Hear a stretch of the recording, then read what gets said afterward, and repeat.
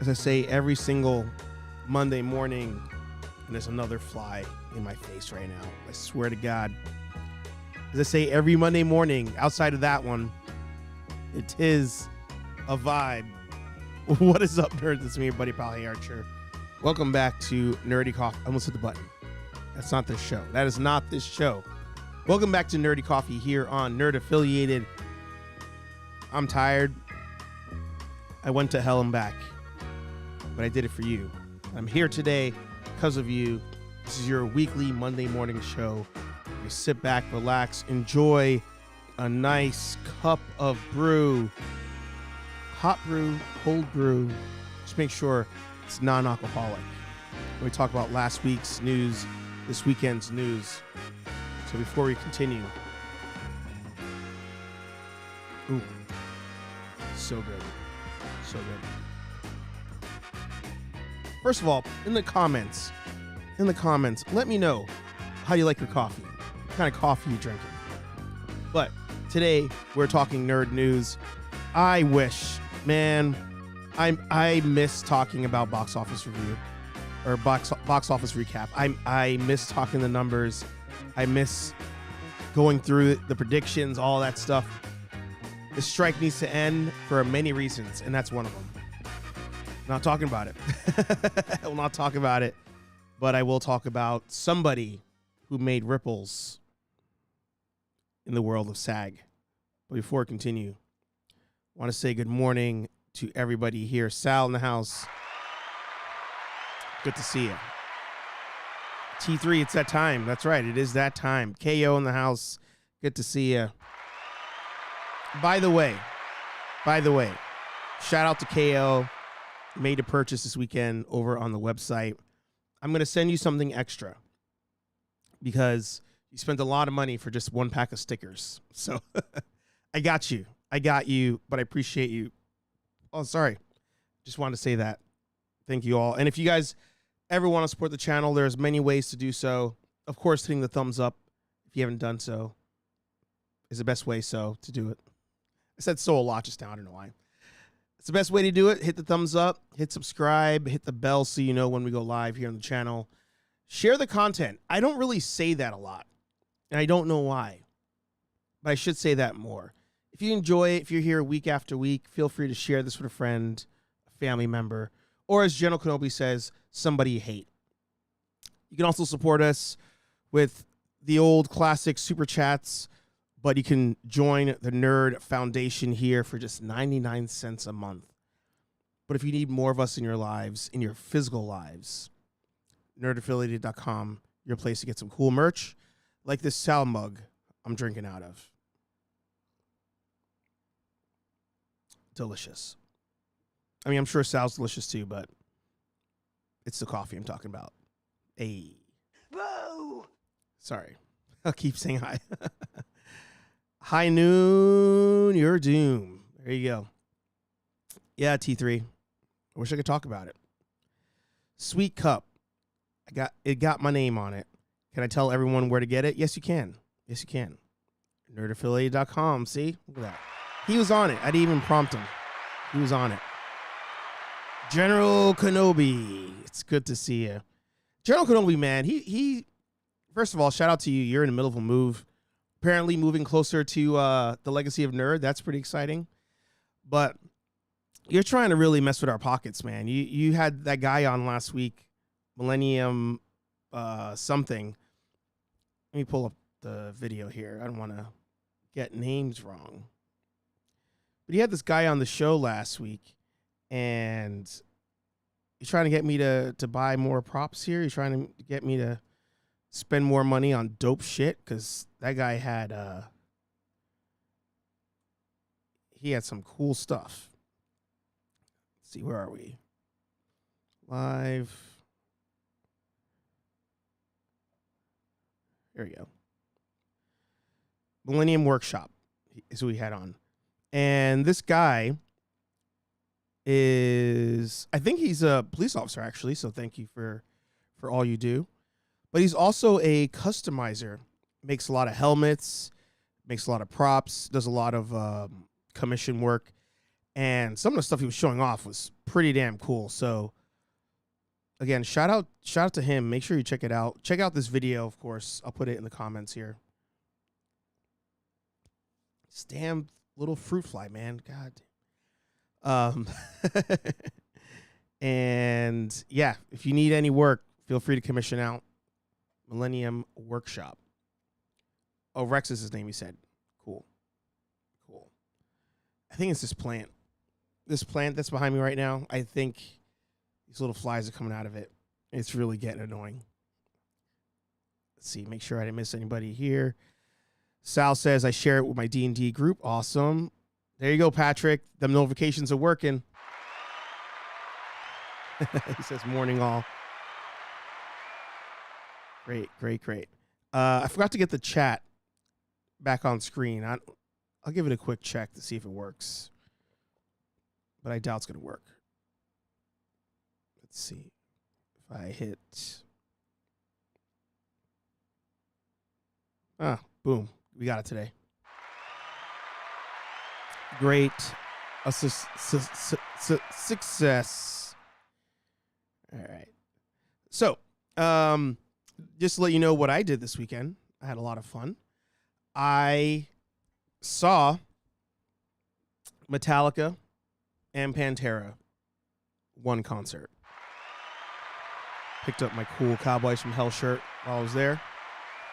I am currently working. Sup, Rolando? Good to see you. I'm currently working on video 666. It's going to be a little vlog / toy hunt / concert review from this weekend. So I'm currently working on that, and hopefully I can drop it this week. I woke up Friday morning, drove down to Jersey. Drove to the Bronx, met up with my cousins. Then we drove to Jersey, saw the show. I think I spent more time in traffic leaving the stadium than I did in the concert. We got home at like 1:30, almost 2 in the morning. And then I had to wake up to drive back to Boston to go to work. And then yesterday I drove to Maine and drove back to Maine. And this morning when that alarm went off, I was like, I don't think I'm doing the show today. I was like, I don't think it's going to happen. But you know what? It's because of you guys. Because of all of you that show up every single week. Because of all of you who've mentioned, listening to the show afterwards while you're at work or commuting home or whatever. I was like, I got to do the show. So because of you jerks, I'm here right now doing this show. But it was a lot of fun. I will talk about it more in that review, so make sure you watch that video when I drop it this week. And if I will say this is a little spoiler alert. If they are coming to your town, just like in the song, and you've not seen Metallica or Pantera before, I think you should go.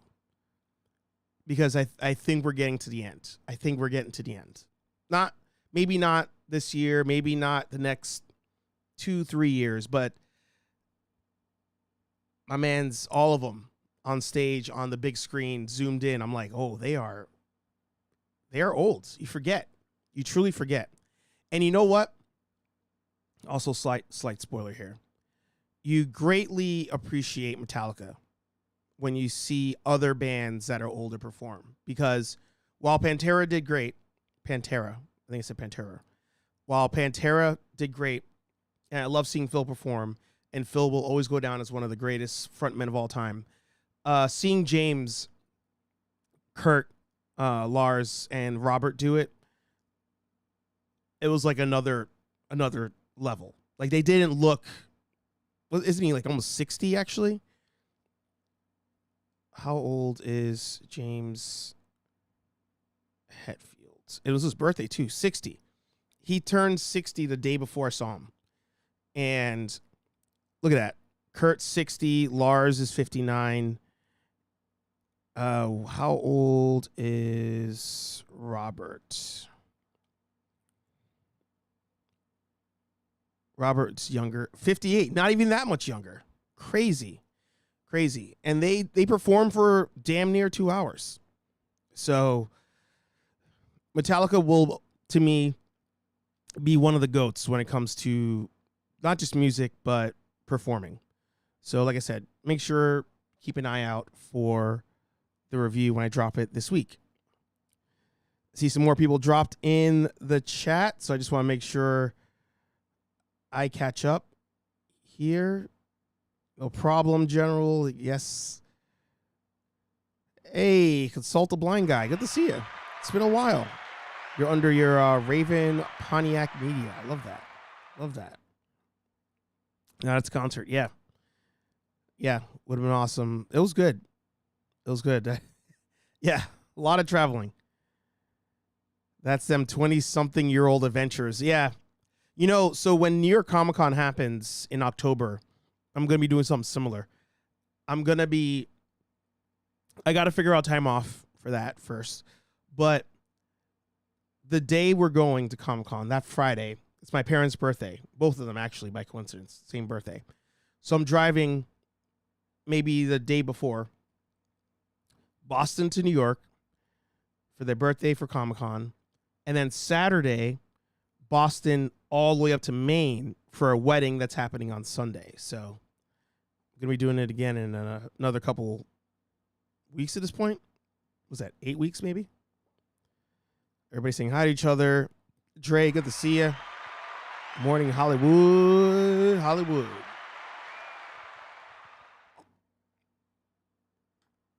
Would have loved to seen them in person. Yeah. Yeah. Yep. Turned 60. Want to see Pantera for a long time. Metallica's GOAT for sure. Yeah. And like I said, it's just Metallica. I don't think people like get it if they haven't seen other live metal bands in person currently and before. So, you know, and actually, let me change that. I don't want to say in person. Like watch some of your favorite bands now, like their live concerts online, and you'll see the difference. You'll see the difference from Metallica at 60 to everybody else at 60. I mean, shout out to Slayer. I mean, their final show, which again, the world fell apart like a month after the last Slayer concert. That's all I'm saying. Look it up. It's a fact. But that last Slayer concert, I mean, they played fast. They played fast just like they were in their 20s. But I'm like, could they keep doing that? I don't know. Metallica, not as fast as they used to be, but they still went hard. They went hard. K-Walk Comedy in the house. Good morning, Kathy. Good to see you. It's my business channel building up. We'll have an LLC in a couple weeks. There you go. I love that. Paximus in the house. I haven't seen you in a while either. Good to see you. Dre says, I saw Carlos Santana play live, and he was amazing. Going to see Garbage 3 years ago here in Charlotte was amazing. Nice, nice. That's right, everybody. Hit the like button if you've not done so. Rolando's doing us the Lord's work and sharing everybody's links. I love that. All right, so let's get to the nerd news. There's not too much today, so that's why I didn't mind talking about the concert for a little bit of time there. I missed this one. And then I was like, oh, I didn't miss this one. But it's weird that I ever like say happy anniversary to a movie that's not like, you know, Star Wars or something. But I will say happy anniversary, happy 1 year to Prey. The initial release, as you can see here, 21st of July, but it didn't drop onto Hulu until August 5th. And the reason I want to say congratulations to Prey is the movie that came out of nowhere. Last year, we gave it the movie of the year. I feel like people don't talk about this movie enough. And I want it to change. We got the Hot Toy reveal this past week, I believe. There's the NECA figure coming down the pipe. But I was talking about this movie at work the other day, and it hits, man. This movie just hits. Paximus celebrating 6 months of membership. There you go. Speaking of anniversary, I love that. Appreciate you and all the members of the Nerf Foundation. Again, 99 cents a month. Help keep the lights on. And hopefully get me a fly swatter. But yeah, Prey doesn't get talked about enough. Love the movie. If you've not seen it, you should see it. If you haven't even seen Predator, I think you could still see this movie and then watch Predator after. You'll miss some of the Easter eggs, but I think it's still very watchable without it. So happy anniversary to Prey. On a sad note, this past week, we lost Peewee Herman, Paul Rubin. Like, iconic. Talk about a roller coaster of a career.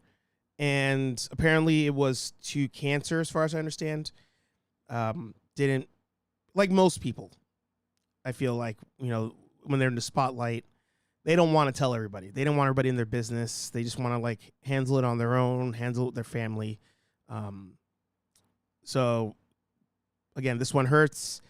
Somebody that was iconic to a lot of us as kids growing up. But, you know, the first movie I thought of when they said Paul Rubin died, and I was like, wait, do you mean Peewee Herman? It wasn't even the Peewee Herman movie. The first movie I thought of was Blow. I love that movie. Johnny Depp as Boston George. Great movie. But I remember when Peewee Herman came out, or Paul Rubin comes out. Keep calling him Peewee. I'm going to keep calling him Peewee. Why not? When he comes out in the hair salon, I'm like, what's Peewee doing here? I was like, oh my God, Pee-wee's a drug pusher in this movie? Love it. I think he did great. And we'll miss him. Everybody in the chat, R.I.P. Pee-wee, yeah. Sorry, I'm just catch up a little bit. Awesome experience. Rambling Nerd in the house. Good to see you.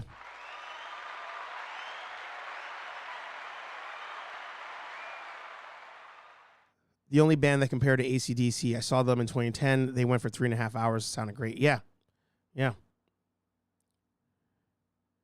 Great movie. Oh, wait. What did I miss? Awesome.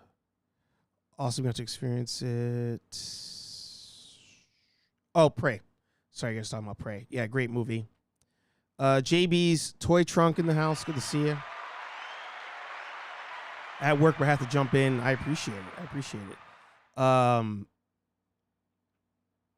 Oh, yeah, somebody had asked about Fast X. I still haven't seen it yet. Rolando says Fast X sucked, but Mimosa was great. Momoa was great. Pee-wee didn't know he and the Hoff were once roommates. Crazy.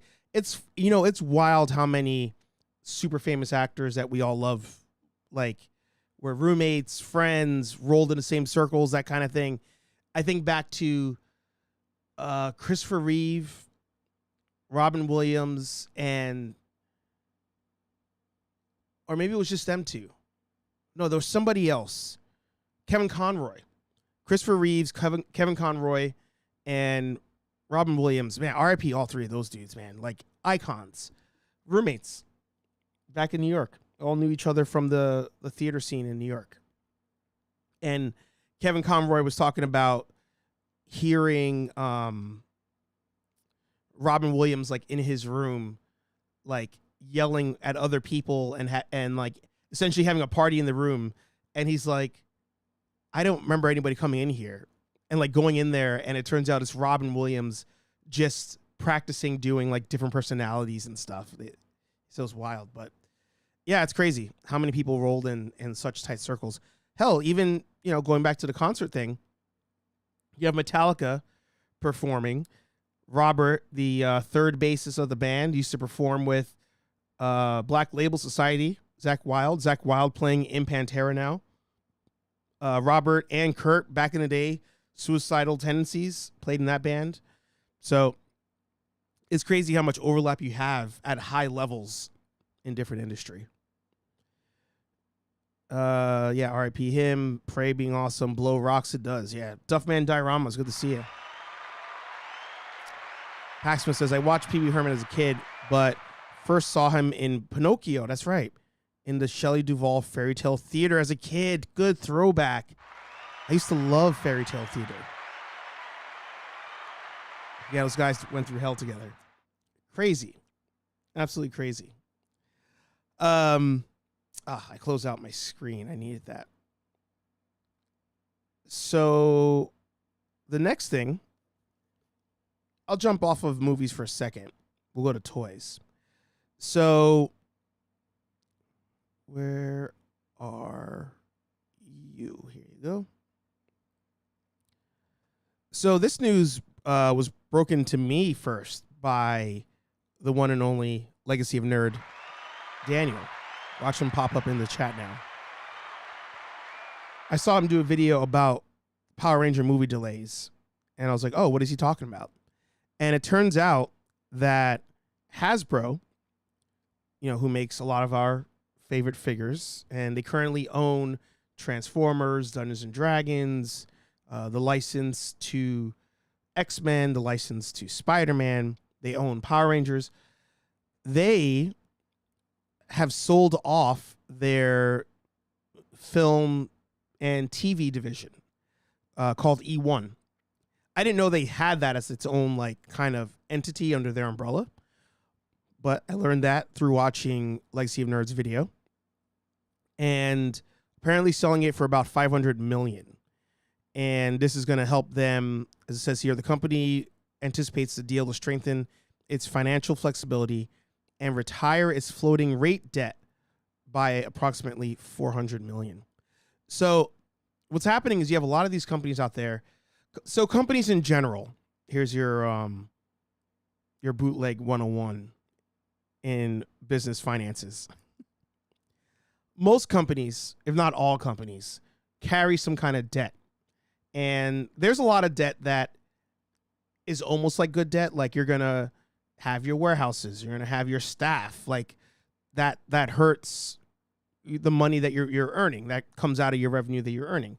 So a lot of companies just have debt, but some companies have debt that they just cannot recover from because they may have had some dope year and the following year they're in the toilet. So then it's time to liquidate stuff to make money back to try to pay off that debt. Pretty basic, just like how it would for a normal person. That's how it is for companies as well. So this sale is going to help them with a lot of their debt that they have. So I've not seen this yet, but the Hasbro CEO went on Yahoo Finance, I believe, to talk about this sale. So let's give a listen here.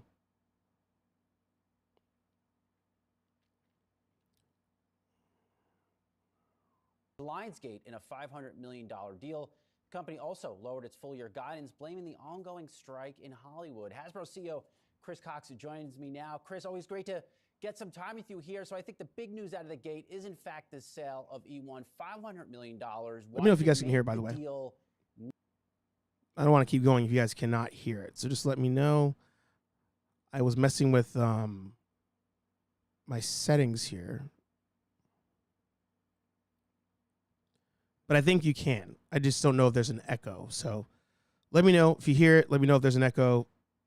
Raven says good. Great. I raised the volume on it, by the way. Now, and where will you spend that money? Well, we've been in a, Brian, first off, thanks for having me.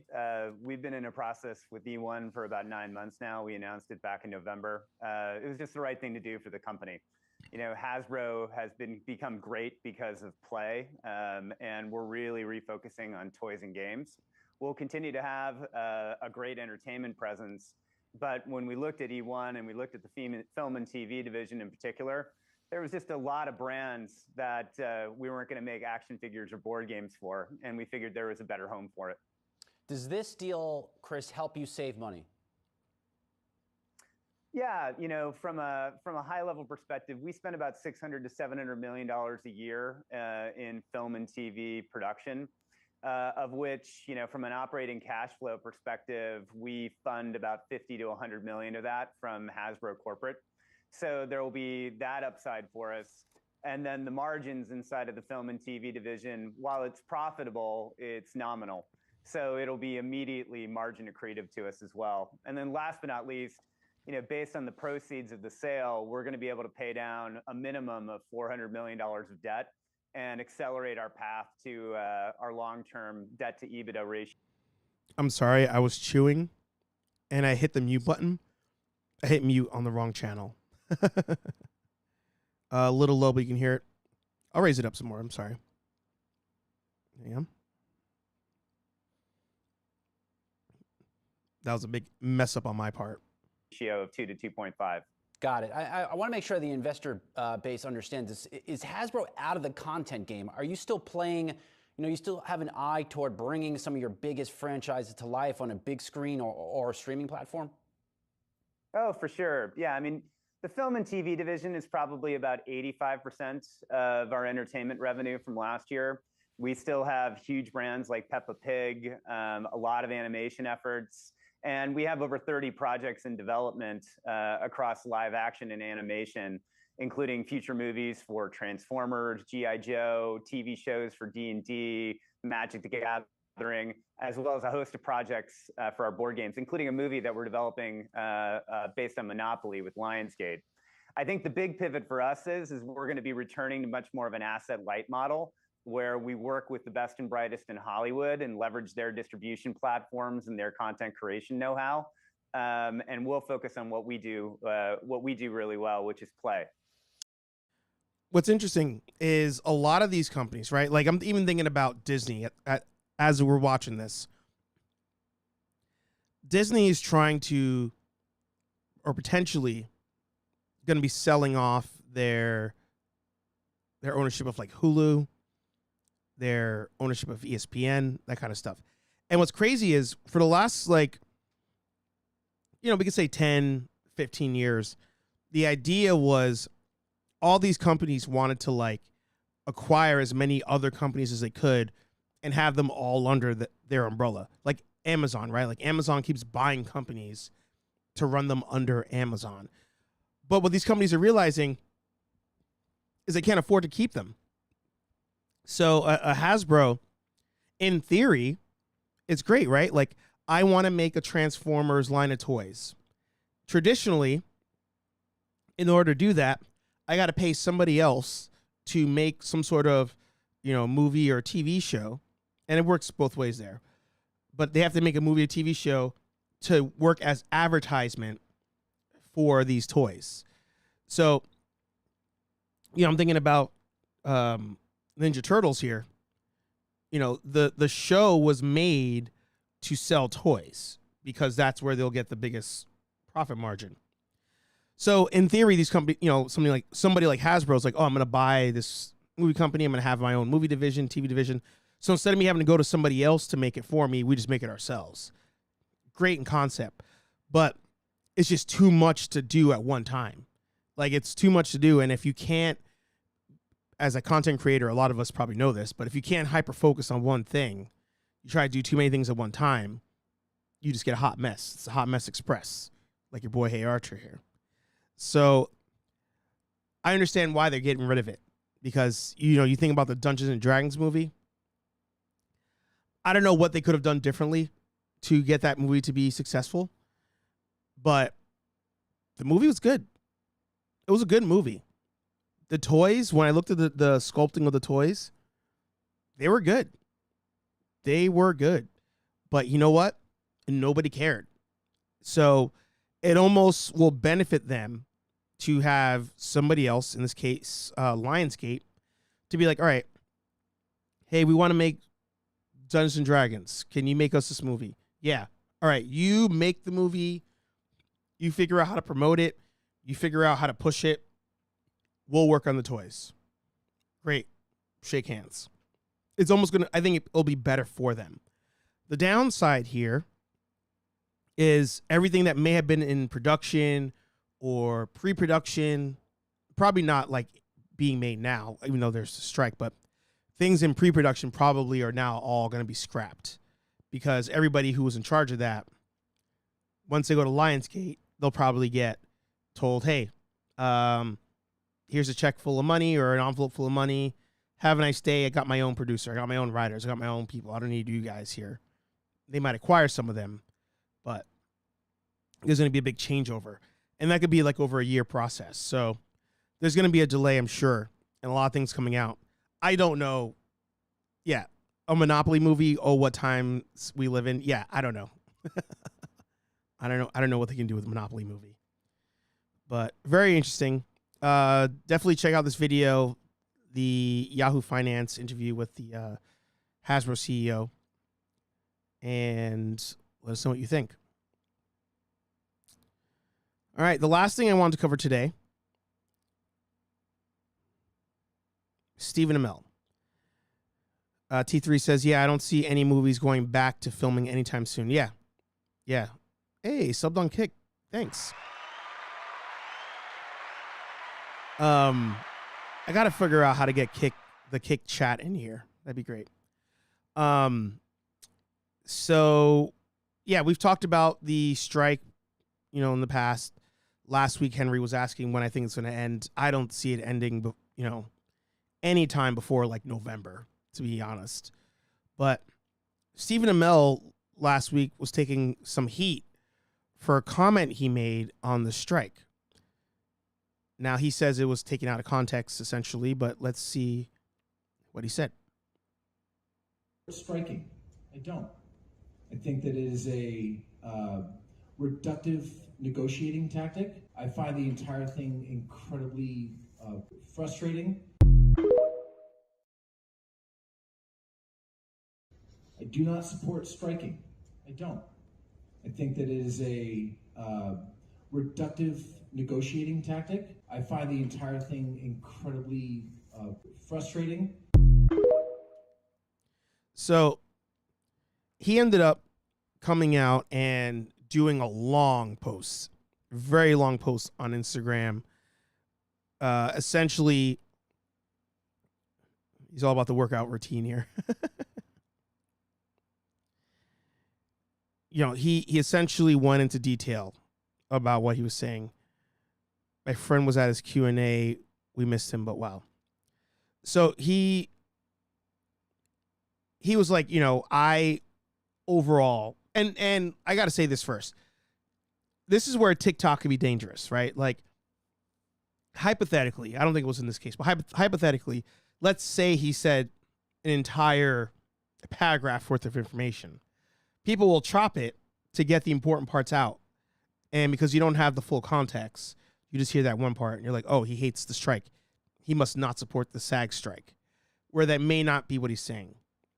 However, he came out and he said that, first things first, I support my union. I do, and I stand with them. This doesn't need much clarity. My support is unconditional, and I stand with them. And he keeps leading off with what I actually said. And then number 2 here, I won't read all of them. I'll just get to number 2. What I actually said. 2, I do not support striking. I don't. And then he says, well, this means in full context, I understand fundamentally why we're here. My off-the-cuff use of the word "quote-unquote" support is clearly contradictory to my true feelings and my empathetic statement that I stand with my union.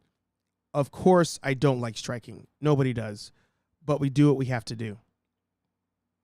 So he continues on, and then he even goes into the comment section as well.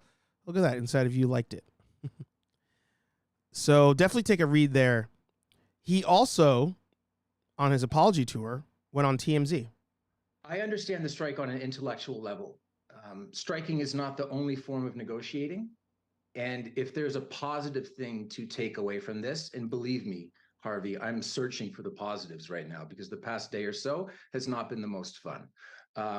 If there is a positive here, I would like to think that in some way, shape, or form, I can encourage people to get back to the table and negotiate.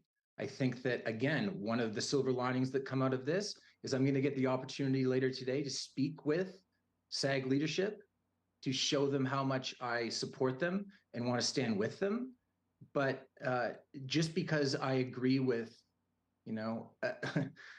I love my coworkers, I love my wife, and I love my kids very much. That doesn't mean that I always agree with the choices that they make, but I will never, ever leave them in a time of need, and I won't do that to my union.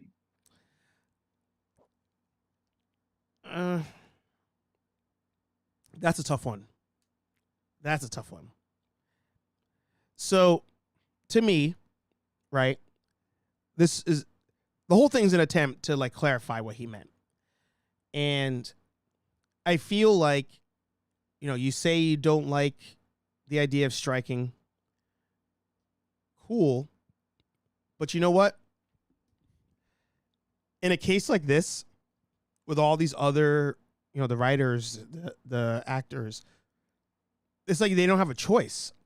At a certain point, you're like, they don't have a choice. And I think what makes him look bad is it's almost as though one could assume it's almost like he's saying we should negotiate, we should go to the table, but do not strike in an attempt to negotiate. Now, on the one hand, of course, yeah, all these people aren't making money right now because they're on strike. But on the other hand, some of them weren't making money anyway. So it's like the only way to try to get things moving is to strike. And if you're a part of this collective, you're going to have to agree with, you're going to have to just roll with it. You're ganged in. You're like honestly, like he's ganged into the gang of the actors union. And if they all say striking's the only way to get what we want, you got to just agree with it. You got to roll with it. If you want to keep working with these people, if you come out as the person trying to be on both sides of the fence at the same time, the only thing that's going to happen is your nuts are going to get cut on the fence. That's it. You can't try to appease the production studios, the movie studios, and the actors to try to be like political about it. Not going to work. Sorry. Before that, Dre said it sounds like damage control. Yeah, he's trying. Patrick says, I get him, but I also don't get him. I agree with you saying they have no choice as they are on the closest extreme with causing physical harm. They are on the closest extreme with causing. Explain. I think I might be missing something there. Let's finish this clip off. I know there's been a lot of criticism from the outside. I'm curious whether other actors have contacted you privately to express a similar sentiment. I've got an extreme amount of support. A lot of people that have reached out. A lot of people that have been quiet, but I woke up this morning to 60 plus text messages from people. I'm not going to say who they are. And they support the union too. They really do. But we live in a time right now, and I don't want to wax too poetic here, where people want you to vote as long as you're voting for their candidate. I think that this has been done in a very black and white, all or nothing sort of way. And I'm talking about shows that were and movies that were about to come out before the strike. And I'm speaking specifically about shows that, I and a bunch of other people pour their heart and soul into that happen to be coming out within a certain window after the strike. And, I don't think that some of the consideration that was given to other projects leading up to the strike and the delay of the strike was given to some of the projects that came on the other side. And that's something that retrospectively, I should have done a better job of taking up in private with the leadership of my union. Okay. People that I greatly respect and admire. I feel like he's not helping his case. If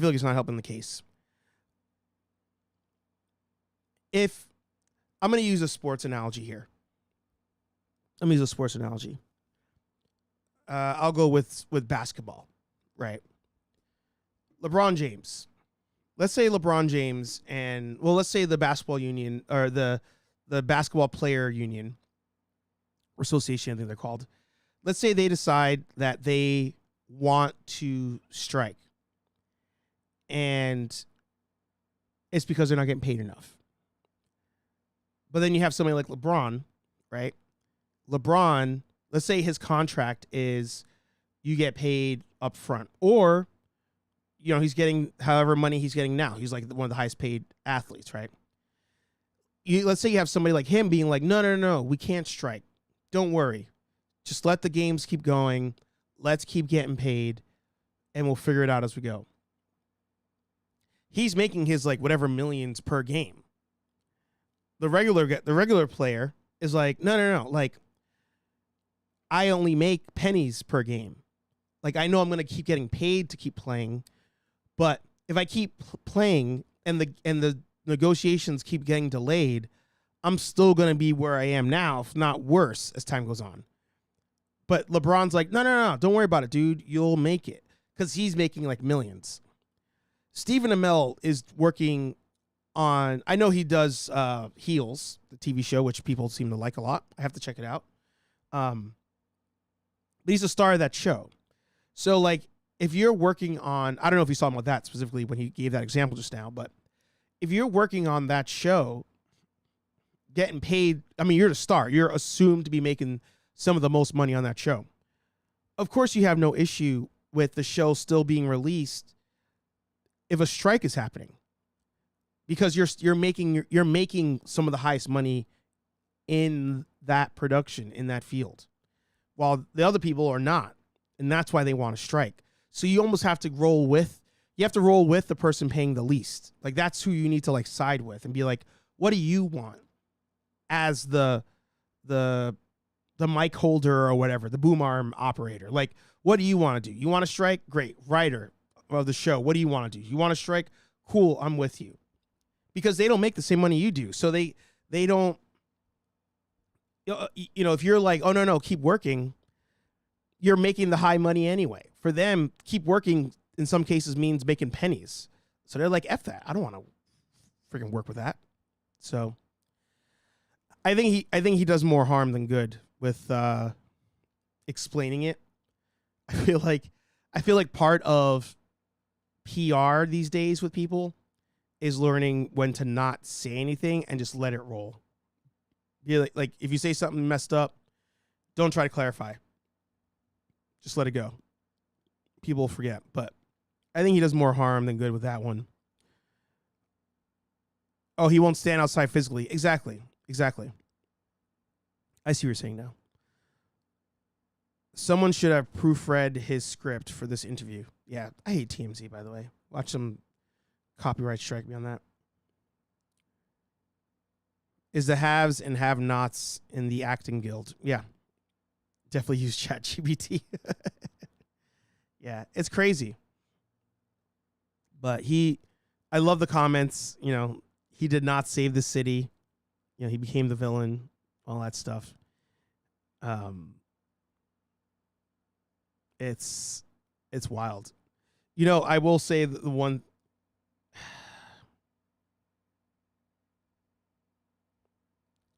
I'm debating this. I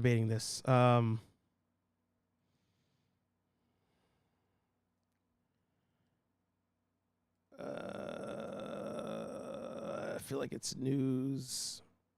God. No. I'm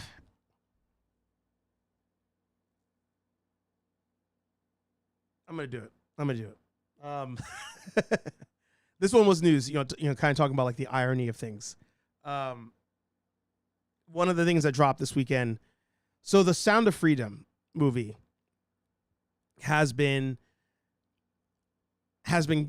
getting a lot of traction, right? People love this movie. The movie apparently is so effed up and so real that people are like really loving this movie. What's weird is like hardcore right people love the movie because they view it as like almost like anti-Hollywood in a way. I don't fully understand it.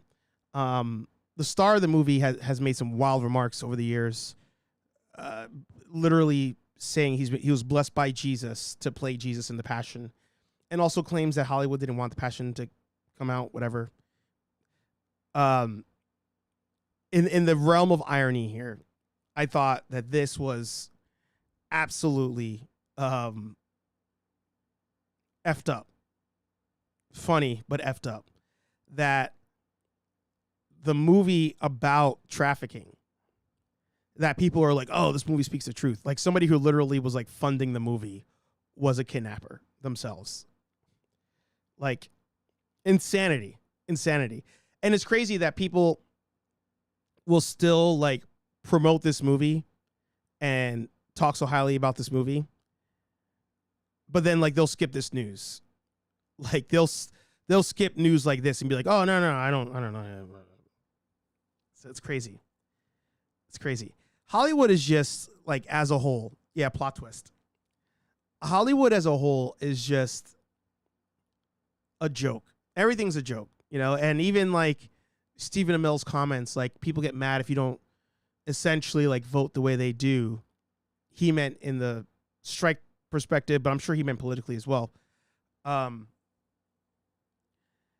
They do make things so black and white, but it's like sometimes the people who swear they're right get pie in their face and then just they can't acknowledge the pie in their face. I don't know. It's so weird. But I know this isn't like directly related to the Stephen Amell thing, but I think hypocrisy is the overall theme here. This movie had its own, and I think Stephen Amell is being a hypocrite as well. So, bummer of an ending of a show, huh? Bummer of an ending of a show. I had to talk about that thing. That thing was insane to me. I think Stephen Amell will be fine at the end of the day. I don't think there's any. You know, I think in the coming months, people probably won't care as long as the strike gets resolved. But you sometimes there will be people who don't forget, depending on how he reacts, depending on how Stephen Amell goes to the table. People will not forget, and I hope there's a resolution to all this, because there's a lot of people who just don't. There's a lot of people who are like, or if they're not hurting already, they will be hurting. The writers have been on strike already for 3 months or so. And then, you know, the actors, they just started. So we need resolution. Plot twist, yeah. Wow, yep. Come to the show for the news. I'm glad I could bring you the news. I felt like that Sound of Freedom one. I feel like that movie is only doing well because people are grabbing on to this idea of anti-Hollywood, considering everything happening now. But just in general, like they feel like Hollywood keeps trying to like smother certain narratives. Whether you believe that or not, that's all on you. But it's just it's so funny that like this movie's getting that push and getting that kind of promotion and being embraced so hard by one side that when something actually comes out about that movie that's true, they're just like, I can't talk about that. I can't talk about that. Plus the free tickets you can share if you watch it. They're giving out free tickets to that movie? Interesting. Well, we've gone long. We are almost at 50 minutes here on the show. Thank you all for being here. Thanks for watching. If you have not done so, hit the subscribe, hit the like. By the way, if you're listening on your favorite podcast platform, I did not release HeyArcher Live last week on audio only. Reason being, we unboxed our NECA San Diego Comic-Con exclusive Kino figure from Turtles 2. And I didn't think it'd be a good just audio experience if you weren't watching it.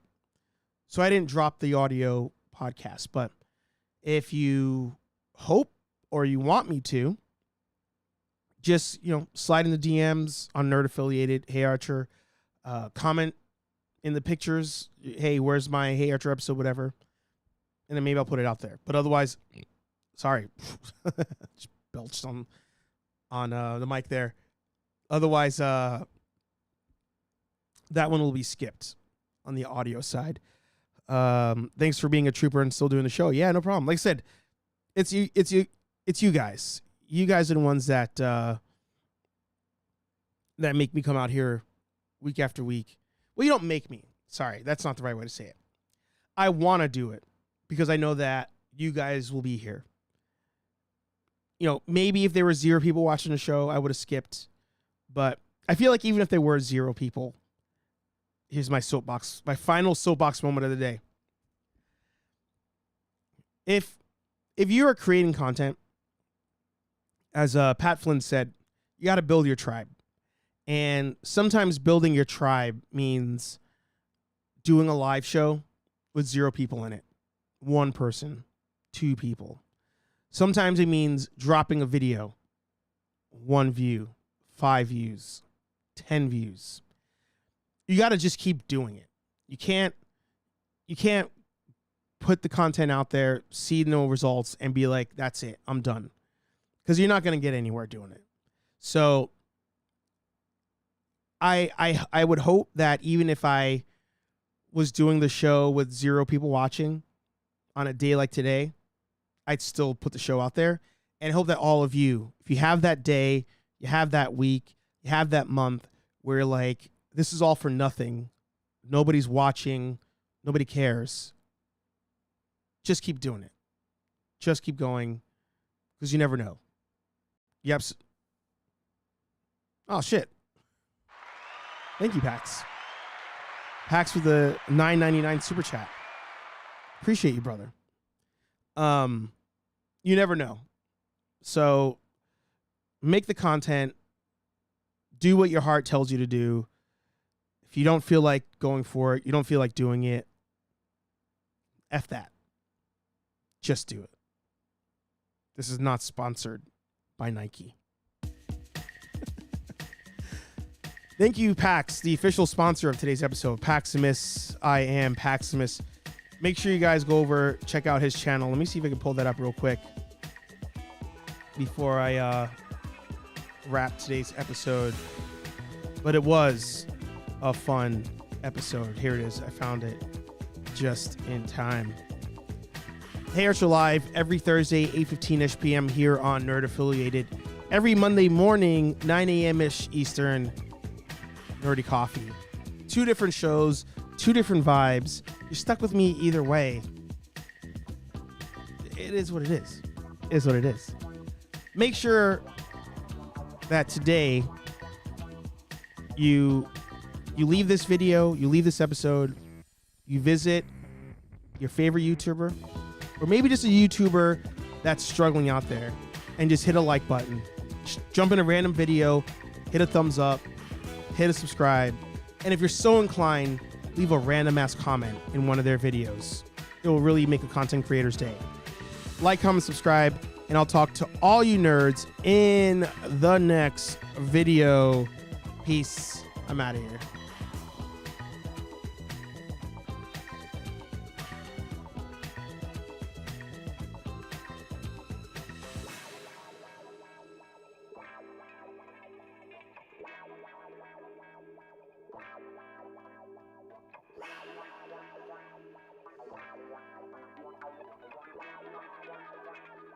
Wow.